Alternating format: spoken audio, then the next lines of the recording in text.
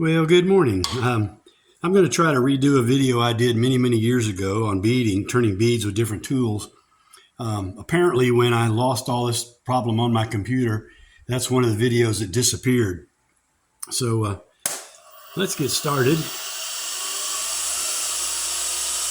I'm just going to outline a V first and show you the different tools.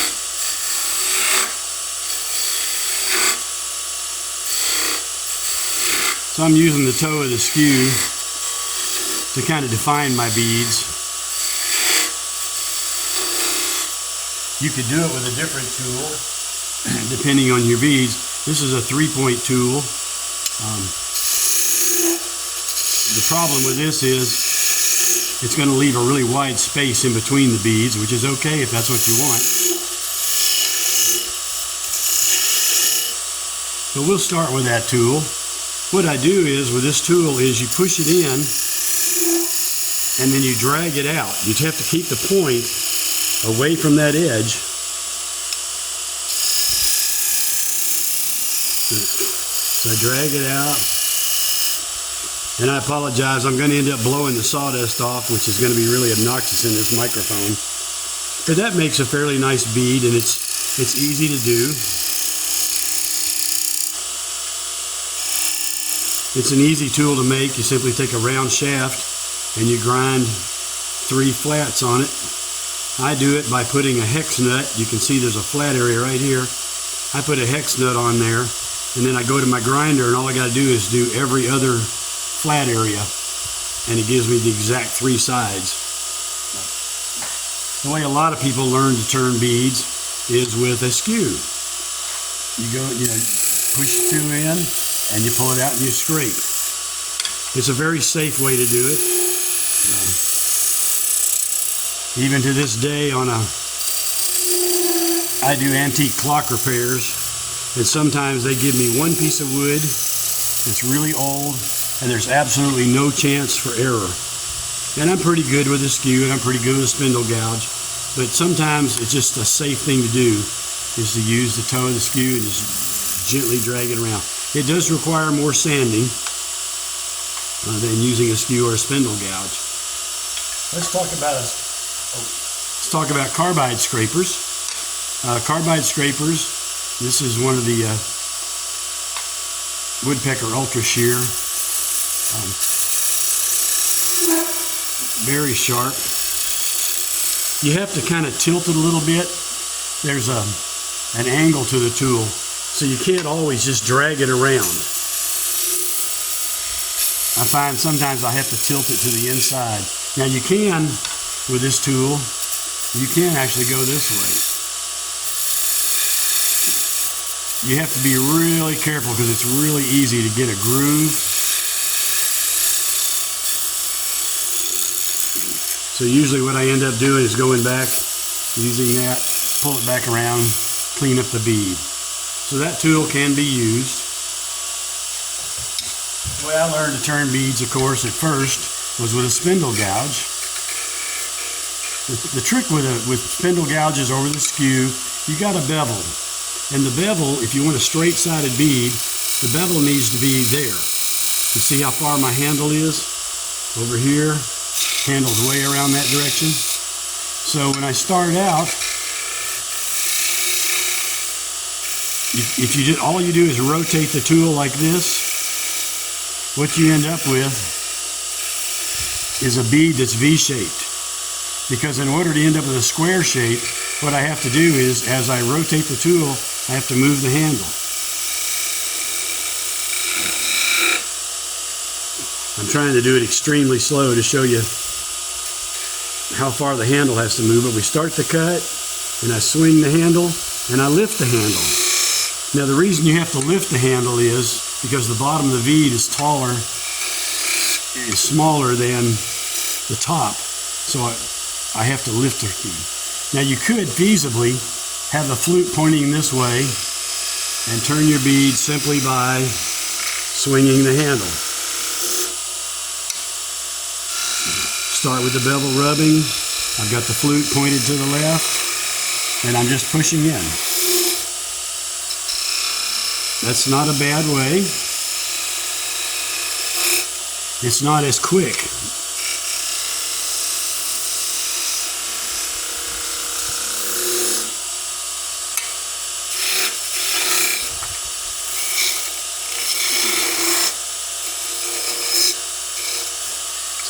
So the way I learned again was I started with the flute reasonably straight up.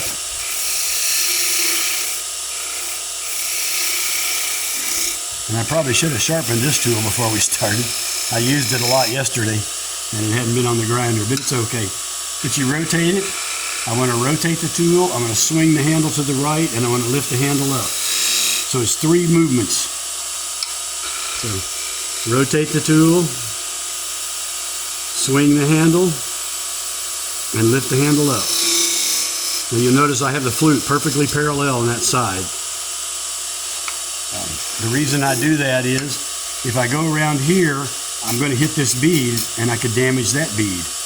But by rotating that flute, pointing it straight down, now the bottom becomes just a scraper. So I could actually clean that up with a scraping tool. But that's the way it works. When we use a skew to turn a bead, now I'm using the toe to kind of carve that down. When you use a skew, it's the same movement. Because I have a bevel on here, to get that right side, I have to have the tool all the way at this angle. This side, the tool is going to be at this angle. The bevel needs to be straight into that groove. So as I do my cut, I have to swing the handle. I'm following that back bevel, and I'm lifting the handle, and I'm cutting down in. Go the other direction. I'm not as good left-handed like everybody who's right-handed.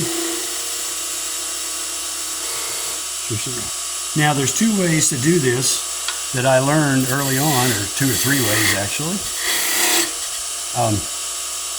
I couldn't turn beads with a skew until I took a chair making class with Curtis Buchanan, and Curtis Buchanan had us using a foot-powered lathe. So there we go. Anyway, what that let me do was that let me see the cut.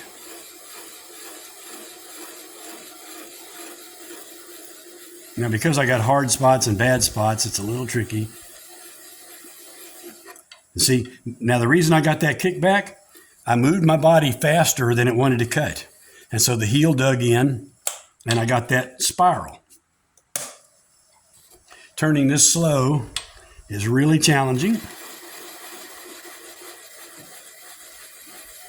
I got to stay on that bevel, stay on the bevel, let it cut.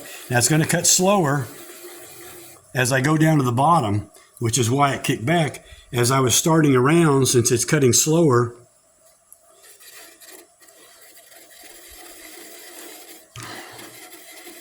now I've got that big gouge in there. It's fighting my tool. So I swing the handle, I keep the bevel in contact, keep the bevel in contact. There we go. We'll get the speed back up. Now there's a couple of ways I wanted to show you the difference in the style of turners out there. When Curtis Buchanan, who hadn't taken a turning class, he's a chair maker, he'd never taken a turning class from anyone, so the technique that he used was to put the tool like this. He never did lift the handle. All he does is push it around. Swing it around. Watch the shape. Let's get the speed back up a little bit.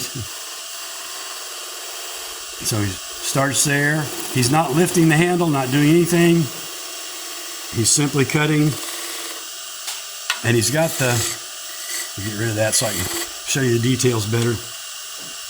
He's starting with the handle up, so the bottom corner is going to be at the center, so it easily turns that shape all the way around simply by pushing the tool.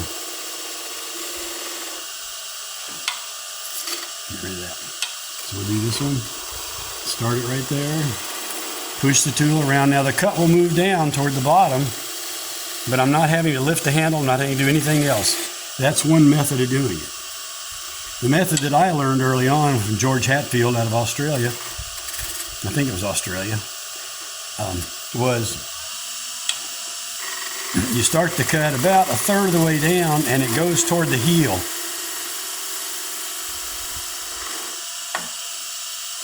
You gotta get some RPMs up here.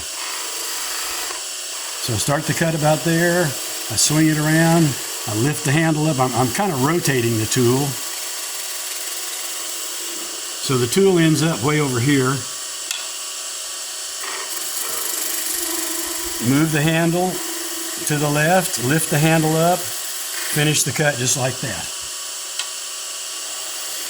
Get rid of that part. Now the way Steve Jones does it, when I watch him, Steve's probably one of the masters with the skew that I've seen, is Steve starts about a third of the way up, give or take a little. Now his skew's ground a little flatter. You'll notice mine's ground, I don't know, I'll call it 70 degrees. His is a little flatter, but he starts about a third of the way over and pushes the tool down. And swings the tool around. And that's a very efficient way. It's very quick. When you've done a lot of beads like that, it's a very quick, easy way to do it. Now, one of the problems that I run into a lot with beginners, and particularly even myself when I haven't been turning on a regular basis with the skew, is that last little bit. If you're going to get a catch, it's almost always right about here. It's too easy to come off that bevel. Turn it left-handed. I'll show you I'm not as good left-handed. Right about there. I just got one because what I did was I was almost done. I should have pulled the tool straight out. I didn't. It grabbed the corner, and I see that happen a lot. Is people are actually finished with the cut, but they let the tool get engaged with it and pull it back out. What I was going to show you is what we call tucking in a bead. When you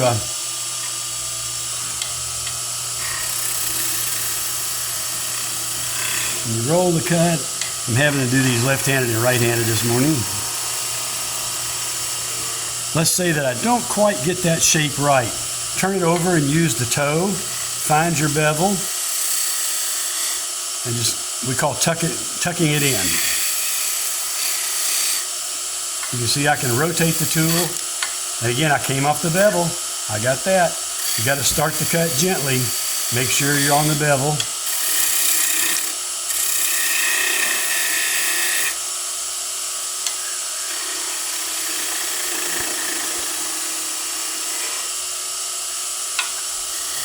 So I hope that gets you started, using different tools. I think I showed all the tools that I brought out. Again, always, anytime you're in doubt, you get a bead that's not quite perfect, real gentle. You don't want to be aggressive when you're using it as a scraper. When you use the tool as a scraper, it's not going to be as clean. You're going to have to do some sanding, more than you would like. But when you've cut with the skew and done it properly, they're pretty clean cuts. You can see over here the scraper. Every one of these requires, probably at least 180, more like 150 to get rid of those cuts.